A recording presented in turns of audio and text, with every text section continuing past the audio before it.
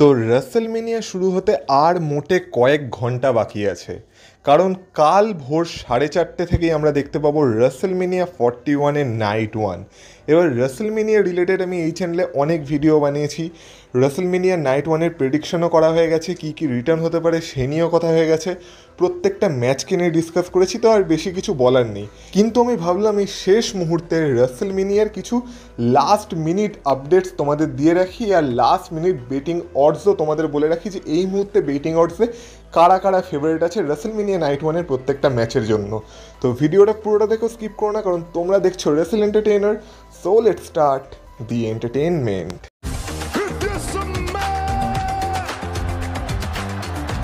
Acknowledge me.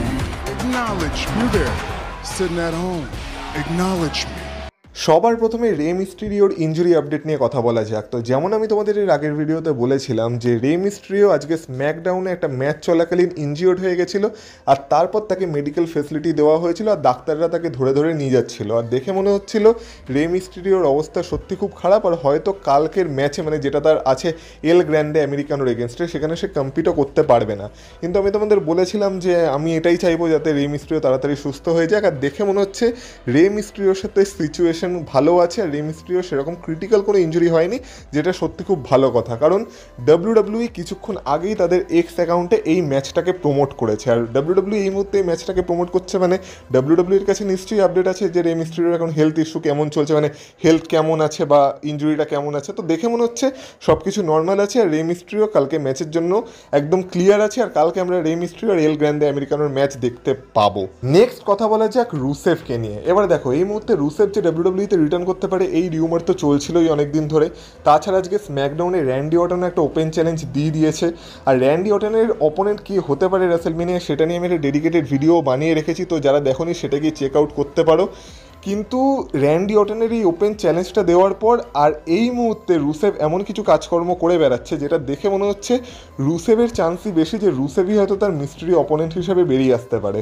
তার কারণ হলো এই মুহূর্তে রুসেভ লাস ভেগাসেই আছে। শুধু রুসেভ না, রুসেভ আর লানা দুজনেই এখন লাস ভেগাসে আছে। লানার একটা পোস্টের মাধ্যমে লানা এটা কনফার্মও করেছে যে হ্যাঁ তারা এই মুহূর্তে লাস ভেগাসেই আছে। আর রুসেভকে তো WWE সাইন করেই ফেলেছে, এখন শুধু সময়ের অপেক্ষা, আর তারপর রুসেভকে আমরা WWE টেলিভিশনে দেখতে পাবো। কিন্তু শুধু রুসেভকে না, রুসেভের সাথে সাথে এখন লানাকেও WWE কন্ট্রাক্টে সাইন করিয়ে ফেলেছে।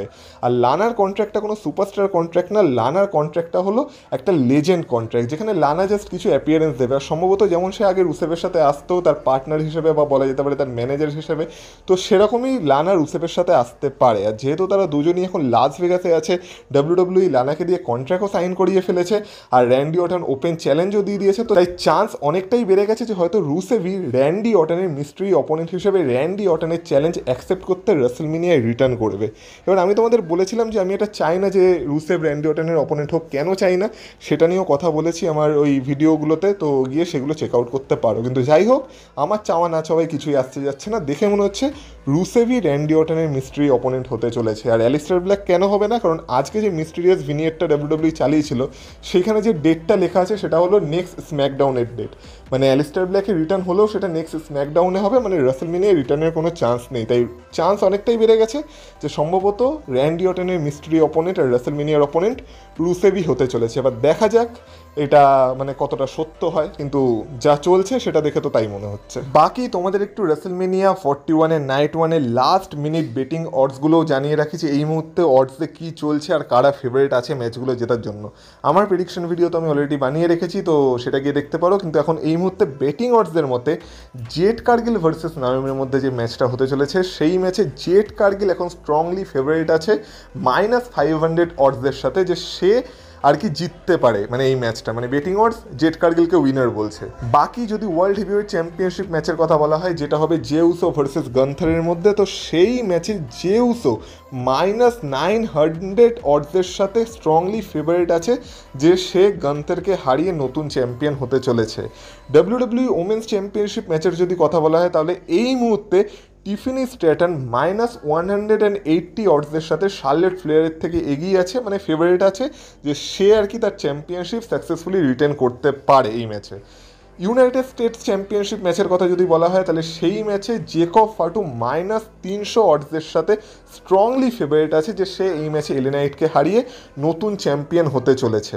আর যদি রাসেলমেনিয়া 41-এর নাইট 1-এর মেইন ইভেন্টের কথা বলি তার আগে রে মিস্ট্রিও ভার্সেস এল গ্র্যান্ডে আমেরিকানোর ম্যাচের কথাটাও বলে নিই, কারণ ওই ম্যাচটাও তো এখন প্রায় কনফার্ম হয়ে গেছে। তো সেই ম্যাচে এল গ্রান্ডে আমেরিকানো -190 অডসের সাথে এই মুহূর্তে রে মিস্ট্রিওর থেকে এগিয়ে আছে যে এই ম্যাচে এল গ্রান্ডে আমেরিকানো রে মিস্ট্রিওকে হারিয়ে দিতে পারে। বাকি যদি WWE world tag team championship ম্যাচের কথা বলা হয় যেখানে ওয়ার্ল্ড রেডার্স ফেস করবে নিউ ডেকে, তো এইখানে নিউ ডে -800 অডসের সাথে স্ট্রংলি ফেভারিট আছে যে তারা ওয়ার্ল্ড রেডার্সকে হারিয়ে brand new tag team champion হতে চলেছে। আর ফাইনালি যদি রাসেলমেনিয়া নাইট 1-এর মানে রাসেলমেনিয়া 41-এর নাইট 1-এর মেইন ইভেন্টের কথা বলা হয় যেখানে CM Punk versus Roman Reigns versus Seth রলিন্সের মধ্যে আমরা একটা ট্রিপল থ্রেট ম্যাচ দেখতে পাবো, তো এই মুহূর্তে দাঁড়িয়ে সেথ রলিন্স -140 অডসের সাথে ফেভারিট আছে, মানে রোমান রিংস আর সিএম পাঙ্কের থেকে এগিয়ে আছে। মানে নাম্বার 1-এ এখন চলছে সেথ রলিন্স, তারপর নাম্বার 2-এ চলছে এখন সিএম পাঙ্ক প্লাস 105 অডসের সাথে।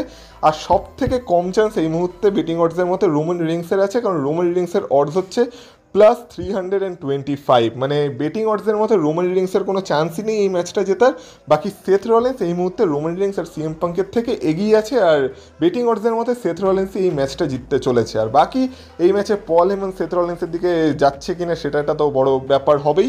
আর আজকে হল অফ ফেম সেরেমনিতেও পল হেমন কিন্তু সেথ রলিন্সের সাথেই বসেছিল, তো অনেকে বলছে এইভাবে WWE আমাদের একটা হিন্ট দিতে চাইছিল যে কালকে রাসেলমেনিয়ায় কী হতে চলেছে।